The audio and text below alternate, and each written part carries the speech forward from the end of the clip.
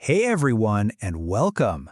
So today, we're going to blow the dust off the old grammar books and really get into the present continuous. We're going to explore how this tense is so much more than just talking about what's happening right now. It's actually a super powerful tool for showing emotion, talking about big changes, and even making plans for the future. Okay, let's just dive right in with a little puzzle. Take a look at these two sentences. She always complains, and she's always complaining. I mean, they look almost the same, don't they? But the feeling they give off is worlds apart. The first one is just a fact, neutral. But the second one, wow, that is loaded with emotion. You can just feel the frustration. By the end of this, you'll know exactly why that is. So to really get that difference, here's a simple way to think about it. The present simple is like a calendar. It's for things that are generally true, facts, habits, routines. But the present continuous, that's your stopwatch. It's for actions that have a start and an end, things that are in progress right now and are probably temporary. Okay, first things first. Before we get into all the cool, fancy uses, we've got to make sure our foundation is solid. So let's do a quick refresher on the blueprint, how to build this tense perfectly every single time. Honestly, the formula for this is super simple. You just take your subject, add the right form of the verb to be, so that's your am, is, or are, and then you stick an ing on the end of your main verb. I am studying. Easy, right? Yeah, this table just makes it crystal clear. You can see how the pattern works. For a positive statement, they are watching. To make it a negative, you just slide the word not in there. And if you want to ask a question, just pop are right at the beginning. The main part, watching, that never changes. Now that ing form, the present participle, it's not always as simple as just slapping the letters on the end. There are a few little spelling rules to look out for. Like you usually drop the final E on a word like move to get moving, or you double up that last consonant on sit to make sitting. Just little things to keep in mind.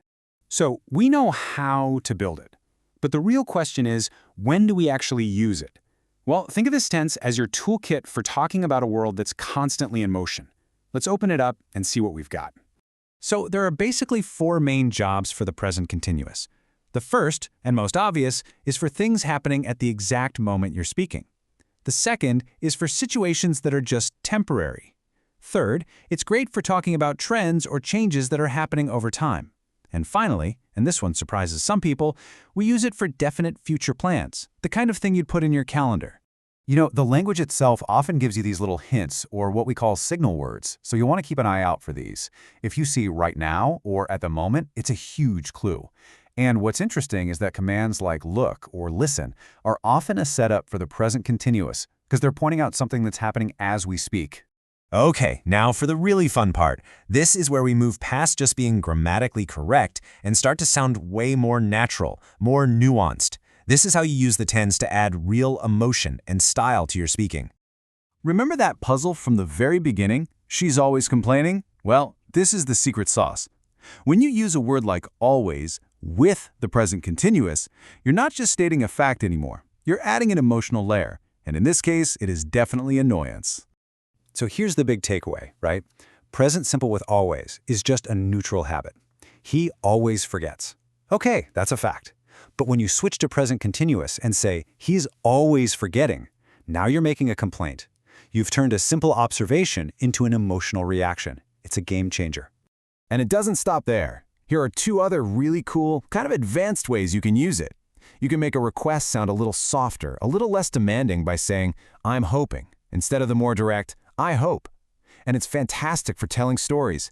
If you say, so I'm waiting at the bus stop, it pulls your listener right into the scene with you, making it feel way more immediate.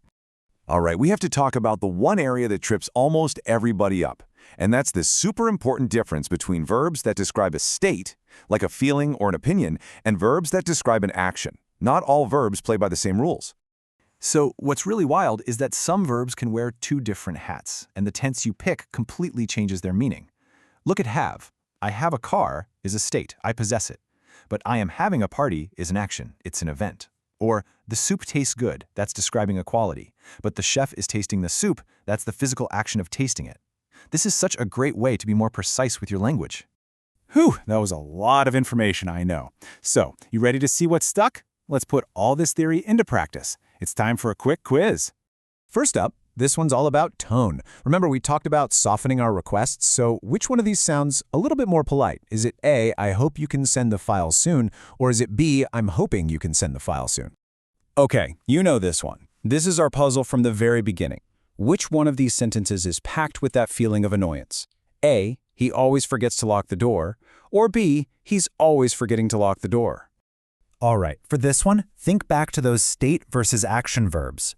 Which sentence is talking about a temporary behavior, something that's not necessarily true all the time? Is it A, you're very patient with them, or B, you're being very patient with them today? This is a good one. Normally, the verb love is a state verb, right? We don't usually put it in the continuous. So what does it mean when we do? Which sentence here implies a more temporary, maybe more intense, feeling? A, I love having the kids around, or B, I'm loving having the kids around. Here's a bit of a tricky one, so think carefully. Believe is a classic state verb. It's about a mental state. So which of these is the correct option? A, I believe you now.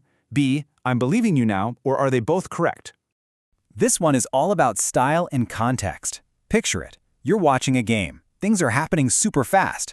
What does a live sports commentator usually say to describe the action as it unfolds? Is it A, and Taylor now passes the ball, or B, and Taylor is now passing the ball? Okay, let's wrap up the quiz with a nice foundational check.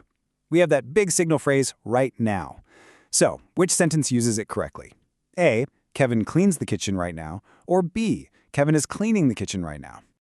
All right, so to bring this all home, let's think about you. Because at the end of the day, grammar isn't just a bunch of boring rules in a book. It's a tool that we use to describe our own reality. So think about it. What's a temporary situation happening in your life right now? What project are you working on? What new skill are you learning? How are you using the present continuous to tell your own story as it's unfolding?